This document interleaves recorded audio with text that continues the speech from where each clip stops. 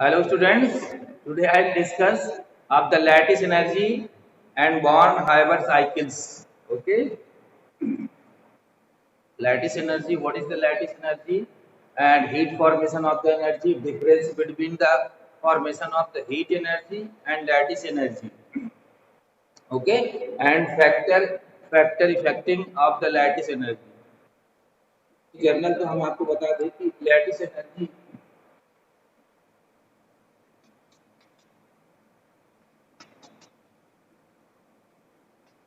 इसकी डिफिनेशन आप पढ़ चुके हैं। ठीक है, आयनिक आयनिक जो है आयनिक एटम्स जो हुए ऑलरेडी जो एनर्जी रिलीज करते हैं जिस सिचुएशन में उसको हीट ऑफ फॉर्मेशन बोलते हैं। ठीक है बेटा, इसकी बात हम इसमें बॉर्न हाइबर साइकिल्स के थ्रू इसको अच्छे से देख लेंगे। जनरली फिर से आपको मैं रिमाइंड करा दे रहा हूँ। रिमाइंड में आपने देख लीजिए कि जैसे सिंपल सी बात है, सोडियम है और क्लोरीन है, तो सोडियम कोई भी ले सकते हैं, इसमें सोडियम की जरूरी नहीं है बेटा। ठीक है, जिस फॉर्म में है सोडियम एंड क्लोरीन, ओके, और यहाँ पर क्या बना रहा है NaCl। मैं दोनों डिफरेंस आपको बता रहा हूँ, हीट ऑफ फॉर्मेशन में और लैटिस एनर्जी में डिफरेंस क्या है। ठीक है, ये नेचर में जिस जिस स्टेट में पाया जाता है वही स्टेट में यहाँ पर रहेगा। मान लेते हैं हमारे पास यहाँ गैसेस स्टेट का स्टेबल एनर्जी है, तो मिनिमम स्टेबल इसलिए सोडियम किसमें पाया जाता है बेटा, सॉलिड स्टेट में पाया जाता है, और क्लोरीन ऑलरेडी गैसेस स्टेट में होती है। ठीक है, अब इसको बैलेंस करने के लिए 1/2 कर देंगे। अब जिस स्टेट में जो भी मॉलिक्यूल्स और एटम कंबाइंड होते हैं और उनके कंबाइंड होने में जो कंपाउंड ये बन जाता है, इसको बनाने में जो एनर्जी रिलीज होती है। ठीक है, अब यहाँ पर ये क्या हुआ, स्टेबल फॉर्म करने के लिए ये अभी इतना स्टेबल नहीं है, ये अपनी स्टेबिलिटी फॉर्म करने के लिए यहाँ पर क्या किया, हीट ऑफ फॉर्मेशन किया। तो यहाँ पर जो हीट ऑफ फॉर्मेशन किया उसको हम रिप्रेजेंट करते हैं डेल एच। ठीक है, formation of the heat. Okay, जिस सिचुएशन कंडीशन पर है ये उसी सिचुएशन कंडीशन में अब यहाँ पर बन क्या गया, सॉलिड फॉर्म में बन गया। ये तो बेटा आपका क्या हो गई, हीट ऑफ एनर्जी हो गई इसमें। और लैटिस एनर्जी जो क्या होती है, लैटिस एनर्जी में गैसियस आयन, ठीक है, यहाँ पर गैसियस आयन होगा, और गैसियस आयन के लिए क्या, गैसियस आयन के लिए आपने देखा होगा कि यहाँ पर हो जाएगा Na+, ओके, यहाँ पर क्या हो जाए Na+। अब ये किस फॉर्म में आ जाता है, गैसियस फॉर्म में। अभी यहाँ पर ये सॉलिड फॉर्म में था, अब ये गैसियस फॉर्म में है, ये 1/2 Cl2 ये भी गैसियस फॉर्म में आ गई। और आपको बाद में बना क्या, NaCl ही बना स्टेबल के लिए। बट अब गैसियस एटम, गैसियस आयन, यहाँ पर आयन बोल सकते हैं, यहाँ पर निगेटिव चार्ज आ जाएगा। ठीक है, यहाँ पर ठीक है इस फॉर्म में आ जाएगा। तो इसमें गैसियस एटम के आयन जब 1 मोल NaCl फाउंड करने में जो एनर्जी रिलीज करते हैं उस एनर्जी को लैटिस एनर्जी बोलते हैं। ठीक है, ये हीट ऑफ एनर्जी या फॉर्मेशन ऑफ द हीट है, और ये क्या है आपकी लैटिस एनर्जी है। ये दोनों में आप अच्छे तरीके से डिफरेंस देख लीजिएगा। ठीक है,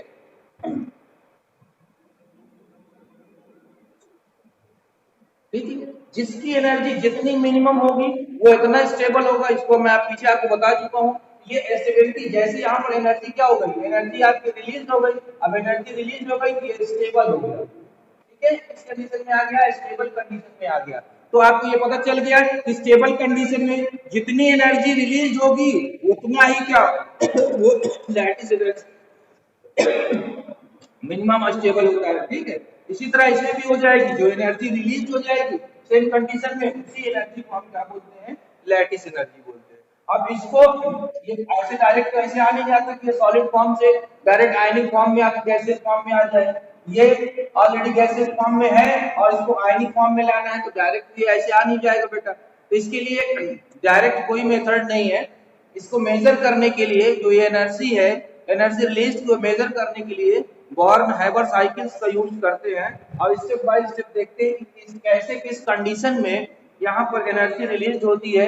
इसमें आपका ionisation energy, electron affinity, sublimation, dissociation energy, बहुत सारी एनर्जीज जो होती हैं वो यूज की जाती हैं।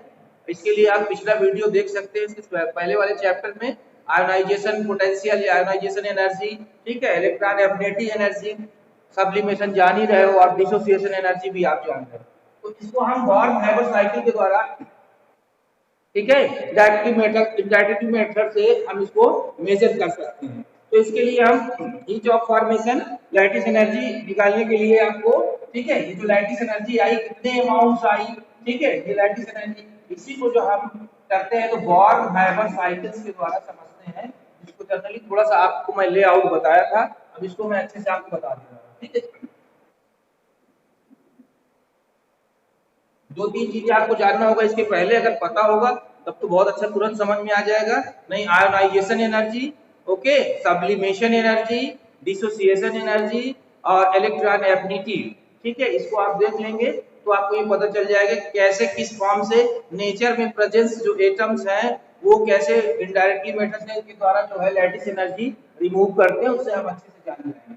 इसमें और भी एलिमेंट ले सकते हैं, ऐसा नहीं, एक बच्चे ने क्वेश्चन किया तो सर क्या केवल NaCl, तो बॉर्न-हाइबर थे उन्होंने सोडियम क्लोराइड के भी बारे में बताया था, बाकी और भी हो सकता है जैसे मैग्नीशियम ऑक्साइड वगैरह हो गया, तो सॉल्ट के फॉर्मेशन में आप इसको कोई भी निकाल सकते हैं, ठीक है।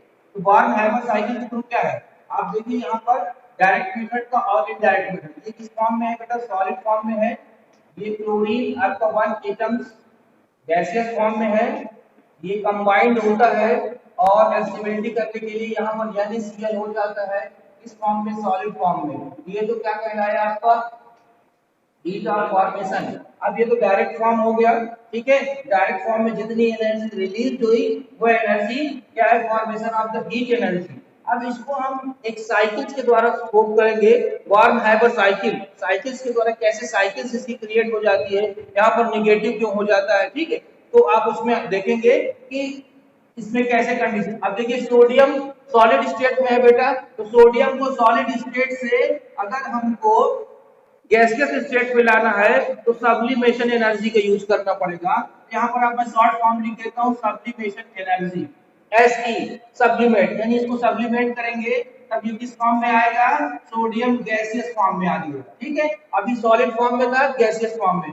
अब बेटा क्या करेंगे, ध्यान से देखिए, अब इसको हम, ठीक है, थोड़ा जगह कम है इसलिए शॉर्ट फॉर्म में कर लेते हैं ये। अब यहाँ पर ये सब्लिमेशन एनर्जी हो गई, ओके, तो यहाँ पर सोडियम इस फॉर्म में आ गया, गैसियस फॉर्म में आ गया, solid to direct change of the gas not liquid. अब सोडियम गैसियस स्टेट में हम आयोनाइजेशन, अब इसमें क्या हुआ बेटा, देखिए एनर्जी ऑलरेडी सब्लिमेशन में एनर्जी है, पॉजिटिव हो गया, प्लस हो गया। अब यहाँ पर गैसियस फॉर्म से हमको आयन फॉर्म में लाना है, तो आप जान रहे हो कि इसको 1 इलेक्ट्रॉन क्या करना पड़ेगा, लूज करना पड़ेगा। जब 1 इलेक्ट्रॉन लूज करते हैं तो वहां पर कौन सी एनर्जी लगती है, ionisation energy, okay students, ionisation energy के बाद ये आइसोलेटेड गैसेस स्टेट आता है। इसके आप पढ़ चुके हैं, ये आइसोलेटेड, क्योंकि एक ही एलिमेंट सोडियम का आइसोलेटेड फॉर्म लिया गया। अब ये आपका क्या है, Cl2 है। अब बेटा Cl2 तो डायरेक्ट हमको क्या लेना है, Cl चाहिए यहाँ पर, तो इसको हम क्या करेंगे, ब्रेक कर देंगे। जैसे ये Cl है, Cl है, ठीक है, तो Cl को क्या करेंगे, हम ब्रेक करेंगे। तो ब्रेक करने के लिए यहाँ पर क्या देना पड़ेगा, आपको डिसोसिएशन एनर्जी देनी पड़ेगी। क्या देनी पड़ेगी, डिसोसिएशन एनर्जी। अब डिसोसिएशन एनर्जी कितनी, यहाँ पर हाफ Cl2 है, तो यहाँ पर डिसोसिएशन एनर्जी क्या हो जाएगा, 2 हो जाएगा।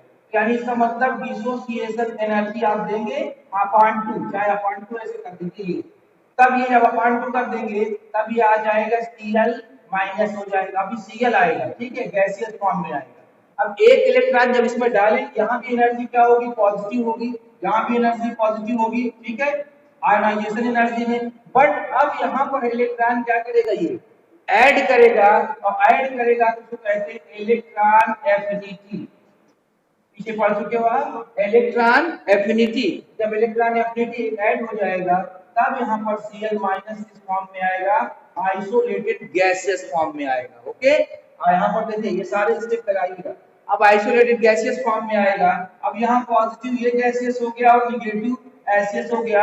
अब यहाँ के बाद आप देखिए क्या बनेगा, बनेगा आपका NaCl, बट यहाँ से जो एनर्जी रिलीज होगी उसी एनर्जी को हम बोलते हैं, जो एनर्जी रिलीज होगी वही हमारी हो जाएगी लैटिस एनर्जी, ओके स्टूडेंट, ये हो जाएगी आपकी लैटिस एनर्जी। अब समझ में आ गया हो गया। ये आपका क्या है, फॉर्मेशन ऑफ द हीट, और ये क्या है आपकी लैटिस एनर्जी। ठीक है, अब उतनी एनर्जी को माइनस क्यू से ये लिखा रहता है, आप देख लीजिएगा बुकों में, कोई दिक्कत नहीं है, क्योंकि यहाँ पर एनर्जी जो हो जाएगी क्या होगी, माइनस फॉर्म में हो जाती है, यहाँ पर एनर्जी क्या हो जाएगी, रिलीज हो जाएगी। तो ऐसे आप कभी भी बुक में देखेंगे एल लिखा रहता है, इसका मतलब ये हो जाता है ये नेगेटिव फॉर्म में आ जाता है लैटिस एनर्जी, और ये हीट फॉर्मेशन, ओके, जो कि पॉजिटिव फॉर्म में आता है। इसमें एक टर्म ऐसा है जो कि अभी आप नहीं पढ़े हो, आगे चल के पढ़ोगे, उसको शॉर्टकट में तरीके से बता देता हूँ। एक होता है बेटा हेस लॉ, थर्मोडायनेमिक केमिस्ट्री आप पढ़ेंगे तो उसमें आ जाएगा, ट्वेल्थ में है हेस लॉ। हेस साइंटिस्ट थे, उन्होंने क्या बताया था, यदि ये ए है और ये बी है, ठीक है, यहाँ ए और बी से डायरेक्ट अगर ए से बी में बनाते हैं तो जितनी एनर्जी लगेगी उतनी ही कई स्टेप में जाने पर यहाँ पर एनर्जी फाउंड होगी। ठीक है, समझ में आ गया। मतलब जैसे आपको यहाँ से बी तक जाना है, ए से बी को बनाना है, डायरेक्ट फॉर्म में जितनी एनर्जी लगी उतनी इनडायरेक्ट पाथ में आएगी, चाहे वो कई रास्ते से जाए। ठीक है, उन्होंने ये बताया। तो इसका मतलब ये हुआ इस सोडियम क्लोराइड से जो हीट ऑफ फॉर्मेशन है, वो जितनी एनर्जी आपकी लगी उतनी ही एनर्जी क्या हो जाएगी, लैटिस एनर्जी की। ठीक है, इस बात को थोड़ा सा ध्यान रखिएगा। एस लॉ शॉर्टकट है, अभी आप जान जाएंगे। एस लॉ में उन्होंने बताया, जैसे ये क्या है, क्यू क्यू हो गया, टोटल क्यू उन्होंने बता दिया, ये क्या हो गया, Q1 हो गया, Q2 हो गया, Q3 हो गया। तो Q इज इक्वल टू उन्होंने बता दिया Q1 plus Q2 plus Q3, चाहे जितने भी आप रास्ते से जाएं उसकी एनर्जी क्या आ जाएगी, इक्वल आ जाएगी या Q के बराबर आ जाएगी।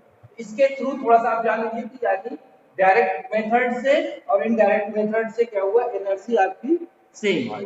तो इसी साइकिल जो बन जाती है, ये देखिए एक साइकिल बन गई, इसी को हम बोलते हैं बॉर्न हाइवर साइकिल। ठीक है, बॉर्न हाइवर साइकिल्स। तो ये तो जनरली हो गया। अब इसमें जो क्वेश्चंस आते हैं उस क्वेश्चंस को आपको देखना पड़ेगा कैसे ये निकालते हैं। क्या है, कुछ नहीं, एकदम सिंपल सा क्वेश्चंस होता है। इसको हम सबसे पहले लिख लेते हैं कि जब आपको मालूम होगा कि इसके इक्वल ये सारी एनर्जी होगी, ठीक है, इस लॉ के थ्रू पता चल गया हमको कि जो हीट ऑफ फॉर्मेशन है, वो हीट ऑफ फॉर्मेशन, देखिए यहाँ पर मैं लिख दे रहा हूँ, हीट ऑफ फॉर्मेशन इसके इक्वल है, इन सब के इक्वल है। ओके, तो इन सब के इक्वल क्या है, यहां से आप देखिए सबसे पहले del H F is equal to sublimation energy. इसी तरह बेटा दिया रहेगा एग्जाम में आपको, यहाँ पर कई चीजें दिए रहेगी, आपको चाहे लैटिस एनर्जी निकालने के लिए बोल देगा और या तो हीट ऑफ फॉर्मेशन बोल देगा। सब्लिमेशन एनर्जी पॉजिटिव में है तो आप पॉजिटिव लिख देंगे, लिखते जाइए। ठीक है, उसके बाद आयोनाइजेशन एनर्जी, यहाँ पर लिख देंगे आयोनाइजेशन एनर्जी। ठीक है, प्लस ध्यान से देखिए इसके बाद क्या है, डिसोसिएशन एनर्जी हाफ, यहाँ पर ये हो जाएगा डिसोसिएशन एनर्जी अपॉन हाफ। अब इसके बाद देखिए यहाँ पर निगेटिव फॉर्म है, यहाँ पर एनर्जी क्या होगी, निगेटिव फॉर्म में आ जाएगी, इसलिए यहाँ पर हो जाएगा इसी के आगे निगेटिव, या आगे बढ़ा दीजिए आप negative electron affinity, electron affinity. Okay, अब ये किसके इक्वल है आप जान रहे हैं, ओके, लैटिस एनर्जी के इक्वल है। तो यहाँ पर ये लैटिस एनर्जी के थ्रू क्या हो जाएगा, आपका लैटिस एनर्जी की वैल्यू आ जाएगी। अब लैटिस एनर्जी माइनस यू में है, चाहे आप लैटिस एनर्जी इस जगह पर रख देंगे, चाहे ये रख देंगे। इन सब में आपको सब्लिमेशन दिया रहेगा, आयोनाइजेशन एनर्जी दिया रहेगा, डिसोसिएशन एनर्जी ये दिया रहेगा, चाहे ये पूछ लेता है, या इसी जगह पर क्या देगा, लैटिस एनर्जी। तो इस फार्मूले से हम क्या करेंगे, हम इसको कैलकुलेट करेंगे। वैसे 11th में सीबीएसई बोर्ड में आपको केवल बॉर्न हाइवर साइकिल्स के थ्रू है, इसमें ज्यादा एनर्जी काउंट नहीं करना है, बट एक फार्मूला है जिसके थ्रू आप इनडायरेक्टली मेथड जो निकाले हैं उसको आप रख के इसमें देख सकते हैं। ठीक है, जहां पर -2 वाला हो जाएगा, मान लीजिए यहाँ पर MgO का हो जाए तो Mg+2 के लिए तो यहाँ पर आयोनाइजेशन एनर्जी फर्स्ट हो जाएगा, दूसरा आयोनाइजेशन एनर्जी सेकेंड हो जाएगा। यहाँ पर ऑक्सीजन हो जाए तो ऑक्सीजन -2 होता है, लेकिन ध्यान रखना है कि ऑक्सीजन एक इलेक्ट्रॉन गेन करेगा तो यहाँ पर माइनस हो जाएगी इलेक्ट्रॉन एफिनिटी, और जब दूसरा इलेक्ट्रॉन करेगा तो दूसरा इलेक्ट्रॉन उसको गेन करने में वो एनर्जी क्या है, डीटी बढ़ती है, इसलिए यहाँ पर पॉजिटिव हो जाएगा, तो स्टेप एक बढ़ जाएगा। बाकी इसी तरह आप इसको निकाल लेंगे। ठीक है, what is the born however cycle पूछता है तो आप पूरा साइकिल बना के इसको मेंटेन कर देंगे, और ये फार्मूला से पूछता है तो ये फार्मूला भी आप कर देंगे। आप बता सकते हैं कि डायरेक्ट मेथड से भी और इनडायरेक्टली मेथड से कई पाथवे से जाएं ठीक है। जैसे लंबाई बता दी हूँ आपको, एक पाथ से दूसरे पाथ में जाना है, यहाँ से यहाँ तक में जितनी एनर्जी रिलीज होगी उतनी ही कई पाथ से जाने में रिलीज होगी, ये हेसले ने बताया था। तो इसलिए इसमें भी उतनी एनर्जी आएगी LHF इक्वल।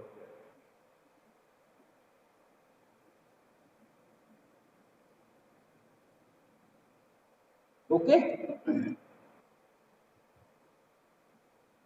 बहुत अच्छे से इसको बना लीजिएगा, ये थोड़ा स्टेप भूलिएगा नहीं। Sublimation, ionisation energy, dissociation energy, electron affinity.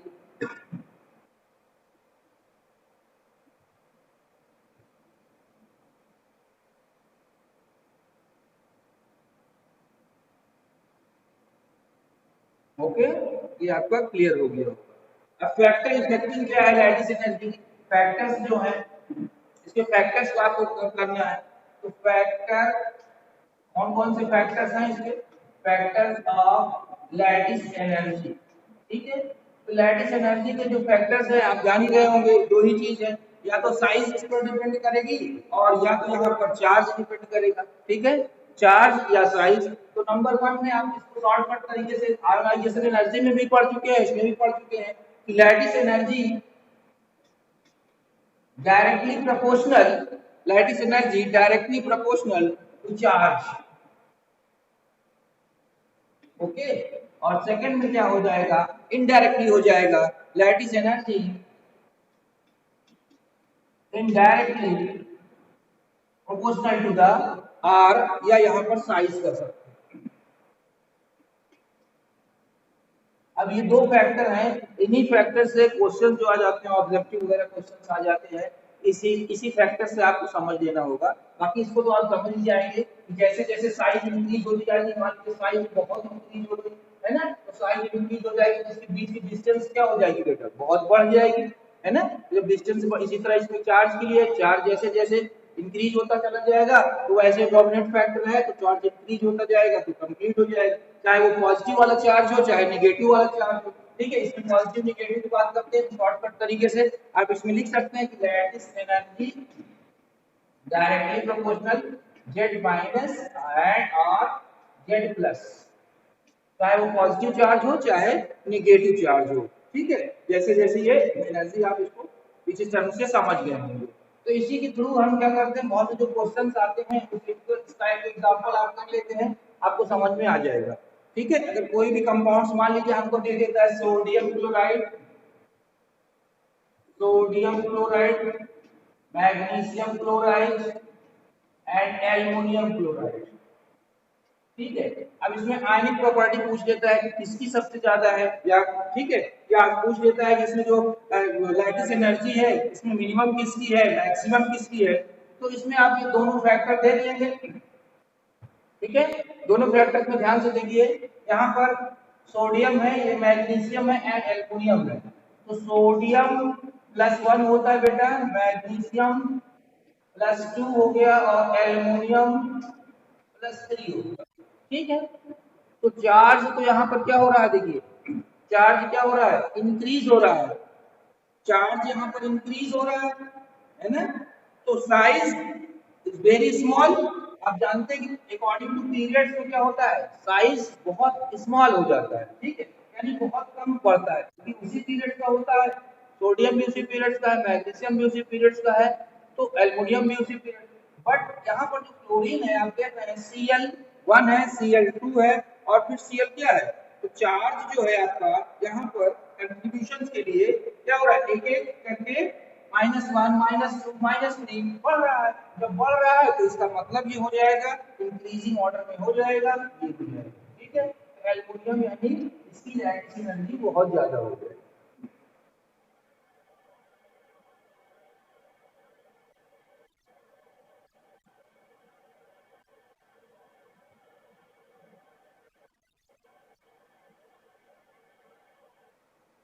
ठीक है।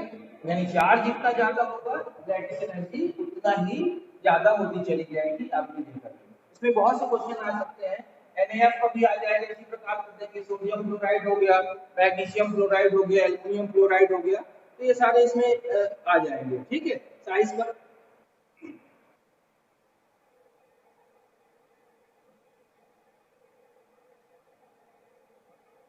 डोमिनेटिंग फैक्टर होता है। अब एक क्वेश्चन ऐसे हो जाएगा जिसमें दोनों हो जाएगा, जैसे सोडियम फ्लोराइड हो गया और मैग्नीशियम क्लोराइड दोनों चेंज हो गया, ठीक है। मैग्नीशियम क्लोराइड, इसको थोड़ा सा आपको ध्यान देना है, इसमें बच्चे क्या हो कंफ्यूज हो जाते हैं कि उसमें दोनों फैक्टर्स आ जाते हैं, ठीक है। अब दोनों फैक्टर्स में कौन सा डोमिनेंस होगा यही आपको थोड़ा सा देखना पड़ेगा बस, ठीक है। अब इसमें ध्यान से देखिए, पहली चीज क्या है, अगर देखेंगे ये Na+ है और ये Mg+2 है, ओके स्टूडेंट्स। अब देखिए आपने बोला जितना चार्ज बढ़ेगा उतना ही ज्यादा उसकी, ठीक है, लाइटिस एनर्जी होगी, तो सोडियम ज्यादा मैग्नीशियम होगी। दूसरा हम देख रहे हैं इसमें क्लोरीन है और दूसरे में क्या बेटा Cl2 है। साइज की बात करते हैं, यहाँ पर Cl है, ठीक है, या ठीक है, यहाँ पर Cl2 है। अब यहाँ पर देखिए, ये तक ध्यान से देखेंगे, यहाँ पर इसने क्या बताया था ऑलरेडी ये 2 है तो चॉइस हो जाएगा हमारा पॉइंट में Cl2, ऐसे करने की जरूरत नहीं। इसके लिए क्लोरीन ज्यादा हो रहा है क्योंकि इसका, ठीक है, साइज जैसे बढ़ती जा रही है इसकी साइज, क्लोरीन के बाद क्लोरीन की साइज क्या होगी, ज्यादा होगी, तो साइज जो बढ़ती जा रही है तो क्या होगा, ये घट जाना चाहिए, तो इसलिए इसमें क्या हो जाएगा, क्लोरीन हो जाएगा, ठीक है। देखो ना यहाँ इनडायरेक्टली प्रोपोर्शनल टू साइज, तो नीचे की ओर जा रहा है, इसका मतलब यहाँ पर क्लोरीन एक बता रहा है कि मैग्नीशियम की लैटिस एनर्जी ज्यादा हो रही है, ये बता रहा है क्लोरीन, ठीक है। तो इसके लिए क्या है, बुक्स में लिखा हुआ है या साइंटिस्ट ने बताया था इसमें, वर्किंग साइंटिस्ट ने, ठीक है, जो कोऑर्डिनेट बॉन्ड के बारे में बताया था, तो उन्होंने ये प्रूव कर दिया था कि जो आपका चार्ज फैक्टर है वो डोमिनेंट फैक्टर होता है, ठीक है। चार्ज फैक्टर डोमिनेटिंग होता है, ओके। क्या होता है, डोमिनेटिंग। अब ये डोमिनेटिंग है, इसका मतलब आप अगर यहाँ पर ग्रेटर देन लगा देंगे तो ये आपको क्या हो जाएगा, सही हो जाएगा, क्योंकि चार्ज, अच्छा क्यों, अगर जनरली अगर बहुत अच्छे से पढ़ें कि क्यों ऐसा हुआ, तो इसमें सिंपल सी बात है। देखिए क्लोरीन है और क्लोरीन है, तो अगर इसकी साइज की बात करते हैं, मान लेते हैं अगर इसकी इसकी साइज हमारी अगर 100 पिकोमीटर है, पीसी है, तो क्लोरीन की साइज जनरली क्या हो जाएगी, 150 पिकोमीटर होती है, ठीक है। बट चार्ज में क्या हो रहा है, देखो यहाँ पर +1 है और यहाँ पर पॉजिटिव क्या है, 2 है, यानी जस्ट डबल है, जस्ट डबल है। जब जस्ट डबल होता है तो अब मान लो यहाँ पर चार्ज +1, यहाँ पर +2, अब यहाँ पर क्या है 100 है, ये जस्ट डबल हो ही नहीं सकता, ठीक है, 100 से कम ही रहता है, तो हमेशा क्या हो जाएगा, देखिए इसका भी समझ में आ जाएगा, इस कारण से जो चार्ज फैक्टर होता है वो डोमिनेटिंग होता है, ठीक है। अगर इस कंडीशन में कभी पूछ ले लैटिस एनर्जी, तो आपको जहां पर चार्ज देख लीजिएगा, चार्ज जहां ज्यादा हो जाएगा वही डोमिनेटिंग फैक्टर हो जाएगा और वही जो है लैटिस एनर्जी उसकी मोर हो जाएगी, ठीक है। समझ में आ रहा है बेटा? हेलो स्टूडेंट्स, मेरी आवाज जा रही है आप तक? ओके, ये बहुत क्वेश्चन पूछता है बेटा, इसको ध्यान से रखिएगा। अगर आपको एमबीबीएस या जेईई या नीट का एग्जाम देना है तो उसके लिए बहुत अच्छा क्वेश्चन है, बहुत इंपॉर्टेंट है। लैटिस एनर्जी वाले में भी इसी तरह पूरा लिख देता है, सब्लिमेशन एनर्जी, डिसोसिएशन एनर्जी, ठीक है। एक को पूछ लेता है तो ऑलरेडी आप दोनों तरीके से आप इसको भी कर सकते हैं और फैक्टर इफेक्टिव में ये भी कर सकते हैं, ठीक है।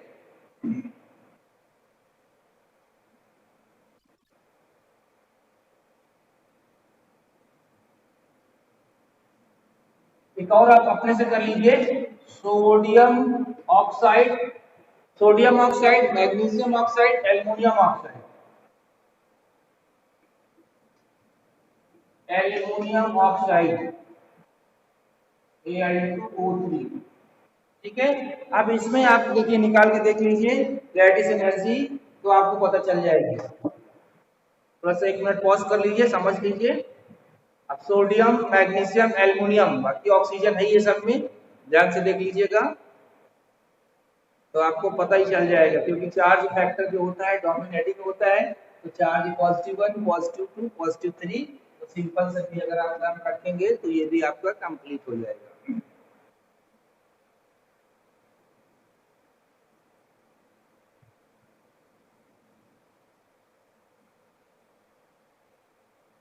ठीक है। चार्ज जितना ज्यादा होगी लैटिस एनर्जी उतनी ही ज्यादा हो जाएगी।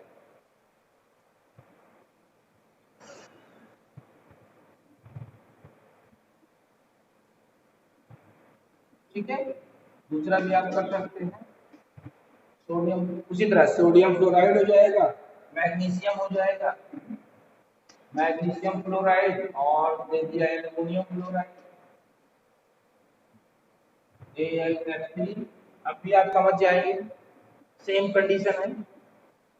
ठीक है, क्लोरीन क्लोरीन क्लोरीन है तो पहला फैक्टर तो ऑलरेडी क्या हुआ, साइज की फैक्टर कोई मतलब नहीं है। अब यहाँ चार्ज देख लेंगे, ये पॉजिटिव है ये पॉजिटिव 2 है तो ऑलरेडी ये भी क्या हो जाएगा, एनर्जी इसकी ज्यादा हो जाएगी, एनर्जी मोर।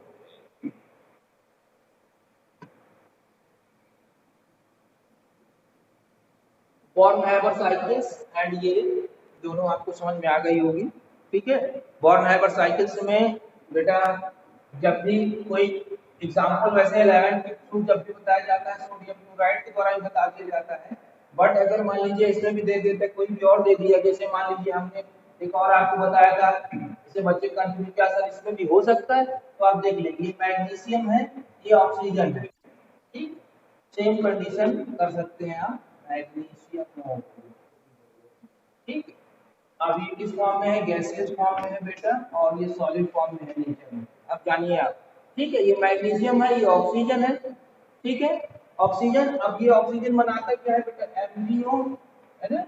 अब यहाँ पर वही इंफॉर्मेशन जो एनर्जी रिलीज की तो डायरेक्ट फॉर्म में आ जाएगा। अब इसमें केवल एक स्टेप मैं बता रहा हूँ क्यों बढ़ जाता है, उसको थोड़ा सा ध्यान दे दीजिएगा। बस उसी तरह सेम है, ये सब्लिमेशन एनर्जी लगेगी तो ये किस फॉर्म में आ जाएगा, सॉलिड से गैसियस फॉर्म में आ जाएगा। अब बेटा देखो यहाँ पर क्या है, आयोनाइजेशन एनर्जी फर्स्ट करना पड़ेगा। ठीक है, आयोनाइजेशन एनर्जी फर्स्ट करेंगे, तो फर्स्ट करेंगे तभी एक इलेक्ट्रॉन यहाँ से गायब होगा, ये +1 हो जाएगा। अब यहाँ पर आयोनाइजेशन एनर्जी सेकेंड हो जाएगी, आयोनाइजेशन एनर्जी सेकेंड। ओके, तब यहाँ पर ये क्या बनेगा, Mg+2। समझ में आ गया होगा, एनर्जी पॉजिटिव एनर्जी करेंगे तो कौन फॉर्म में आ जाएगा, इस फॉर्म में ऑक्सीजन। ठीक है, अब ऑक्सीजन में 1 इलेक्ट्रॉन ऐड करेंगे, यहीं पर आपको देखना पड़ेगा, जब 1 इलेक्ट्रॉन ऐड करेंगे तो इलेक्ट्रॉन एफिनिटी फर्स्ट ओके क्या होगी, निगेटिव फॉर्म में होगी, बट जैसे ये -1। ठीक है, बट जब सेकेंड इलेक्ट्रॉन ये ऐड करेगा -2 के लिए, तो आप जान रहे हो एक इलेक्ट्रॉन तो ये आसानी से कर लेता है, बट दूसरा इलेक्ट्रॉन जब इसको ऐड करना होगा तो हमको एनर्जी देनी पड़ेगी। जब एनर्जी देनी पड़ेगी, यहाँ पर इलेक्ट्रॉन एफिनिटी जो सेकेंड आएगी 2 आएगी, यहाँ पर पॉजिटिव में आएगी। ठीक है, अब यहाँ पर देखिए गैसियस एटम में, आयनिक गैसियस एटम में आइसोलेटेड, अब यहाँ से जो ऑलरेडी ऐड होगी जो एनर्जी रिलीज होगी, तो यहाँ पर एनर्जी रिलीज हो रही है, वही एनर्जी आप पढ़ चुके हो क्या है, लैटिस एनर्जी, इस फॉर्म में है, न्यू फॉर्म में। तो एक स्टेप यहाँ पर देखिए बढ़ गया, वही उसी तरह ये डायरेक्ट फॉर्म हो जाएगा, ये इनडायरेक्ट फॉर्म हो जाएगा। ठीक है, इसको बॉर्न-हाइबर साइकिल के थ्रू बताने की जरूरत नहीं है, हमको लैटिस एनर्जी काउंट करना है, तो लैटिस एनर्जी यहाँ पर ये निगेटिव फॉर्म में, अब पूरा वही स्टेप लिख देंगे आप। ठीक है, जैसे उसमें आपने लिखा था, तो heat of formation is equal to HF is equal to, यहाँ से लिख देंगे plus sublimation energy plus ionisation energy first plus ionisation energy second plus dissociation energy minus electron affinity, फिर plus electron affinity, then negative lattice energy. अब आप उसमें से अगर लैटिस एनर्जी निकालता है इसको बाहर कर लेते हैं हम, एक कोई आपका पूछ लेगा और दूसरा आपको निकालना होगा। तो इसमें आप कंफ्यूज मत होइएगा, केवल NaCl के लिए है, ये कोई भी क्वेश्चन दे सकता है जिसमें फर्स्ट सेकंड थर्ड भी आपको आयोनाइजेशन एनर्जी और इलेक्ट्रॉन एफिनिटी आपको देखने को। ठीक है, इसके थ्रू बायोमास साइकिल्स और लैटिस एनर्जी पूरी कंक्लूड करके आप कैलकुलेट करके आप इसको हम निकाल लेंगे। फैक्टर इफेक्टिंग वाला जो क्वेश्चन है वो बहुत इंपॉर्टेंट है, उसको आप जरूर ध्यान रखिएगा कि जो चार्ज होगा वो डायरेक्टली प्रोपोर्शनल हो जाएगा और जो साइज होगी वो इनडायरेक्टली प्रोपोर्शनल हो जाएगी। क्यों, वो आप प्रूव भी कर सकते हो, जैसे साइज इंक्रीज होता जाएगा। ठीक है, जब साइज इंक्रीज होगा तो उसके बीच का डिस्टेंस भी बेटा क्या हो जाएगा, बढ़ जाएगा। जब बढ़ता जाएगा तो जब क्या हो जाएगा, इनडायरेक्टली प्रोपोर्शनल, एक बढ़ेगा तो दूसरा क्या होगा, घटता जाएगा। हाँ बेटा पूछिए क्या बोल रहे हैं।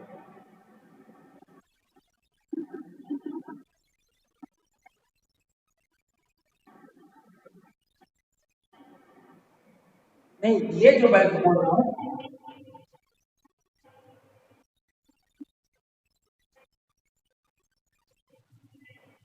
यस बेटा, ये तो आपको हमने जब आयोनाइजेशन एनर्जी पढ़ाया था उसमें देखिए वीडियो पढ़ा भी है, आप उसमें देख लेंगे कि अगर यहाँ पर कोई भी है m और इसमें क्या किया हमने इलेक्ट्रॉन ऐड किया, ऑलरेडी इलेक्ट्रॉन यहाँ से रिमूव किया, वन इलेक्ट्रॉन निकल गया और यहाँ पर किस फॉर्म में आया m प्लस फॉर्म में। m प्लस फॉर्म को यहाँ पर क्या बोलते हैं, देखो आयोनाइजेशन एनर्जी फर्स्ट। ओके, अब इससे जो दूसरा था M प्लस से ऑलरेडी जब फिर हमने यहाँ पर एक इलेक्ट्रॉन मूव कर दिया, यहाँ पर ये क्या हो गई थी आयोनाइजेशन एनर्जी सेकेंड, तब यहाँ पर ये बना था M+2। ठीक है, आपने इसको देखा था। ठीक है, इसी तरह आप अगर उसकी बात करते हैं इलेक्ट्रॉन एफिनिटी की बात करते हैं, यदि गैसियस एटम, यहाँ पर गैसियस आइसोलेटेड गैसियस एटम होना चाहिए। ठीक है, आइसोलेटेड गैसियस एटम में क्योंकि आइसोलेटेड जब वन रहेगा तभी उसको हम उसके निकाल पाएंगे। हम x से रिप्रेजेंट कर थे, वहां पर जब वन इलेक्ट्रॉन ऐड कर दिए, यहाँ पर क्या हो गया देखो निगेटिव फॉर्म में। ठीक है, इसको क्या बोला गया, इलेक्ट्रॉन एफिनिटी, यही तो है इलेक्ट्रॉन एफिनिटी फर्स्ट। अब इलेक्ट्रॉन एफिनिटी फर्स्ट, मान लीजिए गैसियस एटम है, उसको वन इलेक्ट्रॉन ऐड करना है। ठीक है, तो वन इलेक्ट्रॉन ऐड करना, तो जैसे ही वन इलेक्ट्रॉन ऐड करता है तो उसमें वो क्या करता है, एनर्जी रिलीज कर देता है। ठीक है, एनर्जी यहाँ पर क्या हो जाती है, रिलीज हो जाती है। बट जब हम इसमें सेकेंड इलेक्ट्रॉन ऐड करते हैं तो वो आसानी से उसको ऐड नहीं करता, इसलिए हमको यहाँ पर एनर्जी देनी पड़ती है। ठीक है, इसीलिए आप इलेक्ट्रॉन एफिनिटी देखते हैं, जो सेकंड इलेक्ट्रॉन एफिनिटी होती है वहां पर वो निगेटिव। ठीक है, निगेटिव और पॉजिटिव हमेशा बताया जाता है, मैंने बताया था ऑक्सीजन का जब निकाल के, तो ऑक्सीजन जब आयोनाइजेशन एनर्जी फर्स्ट हो जाती है तो उसका क्यों दूसरा निगेटिव हो जाता है। यहाँ पर हमको एनर्जी देनी पड़ती है, यहाँ से एनर्जी हमको रिलीज होती है।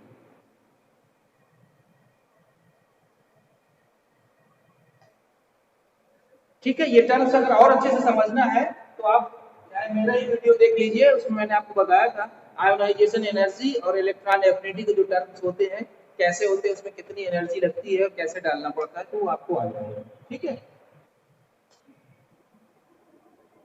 फॉर्मल चार्ज कल बताया ही था आप लोगों को। ठीक है, फॉर्मल चार्ज आपको आ गया होगा अच्छे से। लुईस डॉट स्ट्रक्चर है वो भी आपका कंप्लीट हो गया है। तो लुईस डॉट स्ट्रक्चर, कोई भी स्ट्रक्चर दे देता है उसमें आपको क्या करना है, स्ट्रक्चर फॉर्म कर देना है। ठीक है, बहुत स्ट्रक्चर्स उसमें आते हैं, तो लुईस डॉट स्ट्रक्चर हो गया, वो भी आप कंप्लीट कर लीजिएगा। फॉर्मल चार्ज वो भी कंप्लीट है, बिल्कुल सिंपल था। Formal charge is equal to valence electron self presence of the electron. ठीक है, प्लस क्या था वहां पर, पहले ध्यान रखिएगा non bonding, okay, -1/2 bonding electron. तो एकदम सिंपल सा है, वो भी आ जाएगा। लुईस डॉट स्ट्रक्चर की प्रैक्टिस कर लीजिएगा, मैंने बताया भी था उस वीडियो में, आपको भेजा भी था कि वो कैसे करना है। आपको दोनों दे देगा लुईस डॉट स्ट्रक्चर में, जैसे ये दे दिया एल्युमिनियम का लुईस डॉट स्ट्रक्चर और एल्युमिनियम+3 का, तो बच्चे इसमें कंफ्यूज हो जाते हैं। कुछ नहीं करना बेटा, आउटर मोस्ट शेल में जो इलेक्ट्रॉन प्रेजेंट होगा उसको हमको शो कर देना है, दूसरे में पहले निकल चुका तो ऐसे लिख देंगे तो वही तो हो जाएगा लुईस डॉट स्ट्रक्चर। ठीक है, तो किसी का भी लुईस डॉट स्ट्रक्चर एलिमेंट्स का और मॉलिक्यूल्स का आप निकाल लेंगे तो वो हो जाएगा। ठीक है,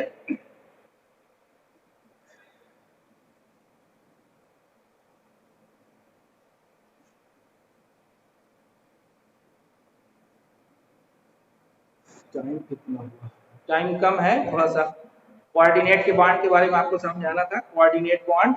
ठीक है, आयनिक बॉन्ड आप देख ही चुके हैं, आयनिक बॉन्ड और कोवैलेंट बॉन्ड और कोऑर्डिनेट, कोऑर्डिनेट बॉन्ड, इसी को आपको देखना है। ये तो आपने जान लिया था आयन से फॉर्म होता है और ये शेयरिंग ऑफ इलेक्ट्रॉन से फॉर्म होता है। ठीक है, sharing of electron same atom. अब ये coordinate bond, coordinate bond as a covalent bond जैसा ही होता है, बट बेटा कोऑर्डिनेट बॉन्ड भी क्या है, इसको थोड़ा सा शॉर्टकट समझ लो, बाकी कोवैलेंट बॉन्ड का भी बहुत चीज चलेगा इसमें पता। कोऑर्डिनेट बॉन्ड में क्या होता है कि डोनर और एक्सेप्टर का जो बॉन्ड होता है वो एक ही एलिमेंट्स के पेयर बॉन्ड्स होते हैं। ठीक है, जैसे किसी नाइट्रोजन है, नाइट्रोजन के पास ऑलरेडी जैसे मान लेते हैं NH3 है, 3 इलेक्ट्रॉन इसके है, और दूसरा जैसे मान लो Bf3 से इसने रिएक्शन कर दिया, Bf3 से, तो यहाँ पर ये क्या हुआ, डोनर हो गया और एक ये एक्सेप्टर हो गया। ठीक है, तो बेटा क्या हुआ, जब यहाँ से ये दोनों इलेक्ट्रॉन शेयर्ड इलेक्ट्रॉन ही यहाँ पर बॉन्ड बना लेता है और इनर कंडीशन आ जाती है ये। ठीक है, एरो से इसको हम डिनोट कर देते हैं। जो ये एक्सेप्टर, ये क्या हुआ, एक्सेप्टर हुआ, ये क्या हुआ, डोनेटर हुआ, और डोनेटर वाला एक ही इलेक्ट्रॉन जिसके पास ये होगा ऑलरेडी वही डोनेट कर पाएगा। ये NH3 हो जाएगा और ये BF3 हो जाएगा, ठीक है। इनके बीच जो ये बॉन्ड पाया जाएगा इसे हम बोलते हैं कोऑर्डिनेट बॉन्ड, ठीक है। तो कोऑर्डिनेट बॉन्ड यही होता है, जैसे NH4 हो गया, NH4 आपने देखा प्लस लिखा रहता है, N तो आपको क्या है 3N, तो N का ये 3N होगा। अब इसका ये डोमिनेट जो है यही H के साथ इस मॉलिक्यूल के साथ ऐसे स्ट्रक्चर फॉर्म कर लेता है, ठीक है। ये दोनों इलेक्ट्रॉन इसी का होता है। इस प्रकार के जो बॉन्ड होते हैं इसको हम कोऑर्डिनेट बॉन्ड कहते हैं, ठीक है। इसको डिटेल में भी हम आपको बता देंगे, पर ध्यान रखिए कि इसमें ज्यादा कुछ नहीं है कोऑर्डिनेट बॉन्ड में, ठीक है। शेयरिंग ऑफ द इलेक्ट्रॉन जो ये होता है ना, शेयर नहीं, यहाँ पर एक ही एटम्स का लोन पेयर इलेक्ट्रॉन क्या करता है, अपना एक इलेक्ट्रॉन इसको डोनेट कर देता है। तो एक्सेप्टर और डोनेटर, इसमें एक एरो का सिंबल ऐसे बनता है, देखिए एरो इधर से दिया गया इधर से लिया गया, तो ये एक्सेप्टर हो गया ये डोनेटर हो गया, ठीक है। NH4 हो गया, H3O प्लस हो गया, हाइड्रोनियम का इसके भी स्ट्रक्चर्स में ये हो जाएगा। H2SO4 होता है, तो H2SO4 के भी स्ट्रक्चर में आप देखेंगे तो वहां पर भी कोवैलेंट बॉन्ड है, ठीक है। H2SO4 तो आप देखेंगे H ये हो गया S ये, और यहाँ पे 2 बॉन्ड हो जाते हैं ये हो, ठीक है। This bond is called coordinate bond, ये कोऑर्डिनेट बॉन्ड है क्योंकि इसी के दोनों इलेक्ट्रॉन का यहाँ पर क्या होती है, इससे बॉन्ड फॉर्म होता है, ठीक है। ये कोऑर्डिनेट बॉन्ड हो जाएगा, इसको फिर हम अच्छे से पढ़ेंगे, ठीक है।